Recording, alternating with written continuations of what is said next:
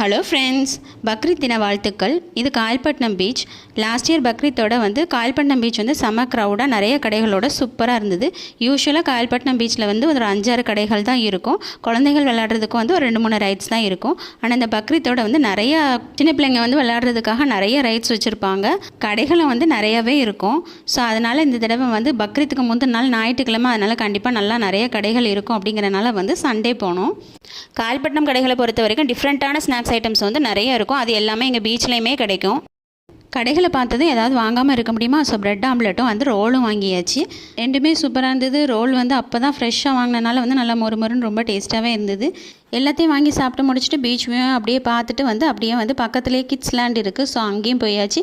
Kids லேண்டில் நிறைய activities இருக்குது. கிட்ஸுக்காக என்ட்ரி ஃபீஸ் 100 ருபீஸ் தான். இதை பற்றி ரொம்ப டீட்டெயிலாக நம்ம சேனலில் இன்னொரு வீடியோ இருக்குது, பார்த்து தெரிஞ்சுக்கோங்க. வீடியோ பிடிச்சிருந்தால் லைக் பண்ணுங்கள். Thank you friends.